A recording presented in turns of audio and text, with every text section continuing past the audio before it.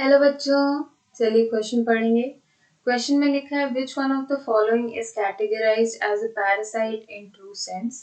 A the cuckoo कोयल lays its eggs in crow's nest. B female anopheles bites and sucks blood from humans. C human fetus developing inside uterus draws nourishment from the mother. D head louse living on the human scalp as well as laying eggs on human head. तो हम एक एक करके देखते हैं। पहला option है, इसको जब हम पढ़ते हैं कोयल जो क्रो के नेस्ट में एग्स देती है, इस फिनोमिनन को जैसे हमें पता होता है इसको हम लोग बोलते हैं ब्रूड पैरासिटिज्म। एक बर्ड दूसरी बर्ड के नेस्ट में अंडे देती है, उसको बोलते हैं ब्रूड पैरासिटिज्म। हाउएवर ये कोई ट्रू पैरासिटिज्म नहीं है। This is not true parasitism. ये हमें पता होना चाहिए कि ब्रूड पैरासिटिज्म ट्रू सेंस में पैरासिटिज्म नहीं है, उसको बस बोला जाता है, ये एक्चुअल में पैरासाइट नहीं होता है। तो ऑप्शन ए हमारा गलत है। Option B female Anopheles bites and sucks blood from humans, ये भी गलत है। जो मॉस्किटो है इसमें जो एनोफिलीज दिया हुआ है वो पैरासाइट नहीं है। वो पैरासाइट नहीं है, वो ब्लड सक करके चला जाता है, वो आपकी बॉडी में रहता नहीं है, ना आपसे हमेशा के लिए नरिशमेंट लेता है, ना वो आप पे कम्प्लीटली डिपेंडेंट है। तो जो मॉस्किटो है वो पैरासाइट नहीं होता है, तो ये भी नहीं होगा। फिर C human foetus developing inside uterus draws nourishment from the mother, ये ऑप्शन तो बिल्कुल ही गलत है।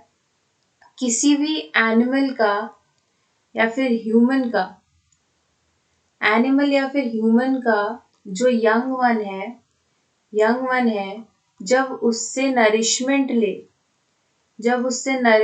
ले तो उसे पैरासिटिज्म नहीं कहेंगे।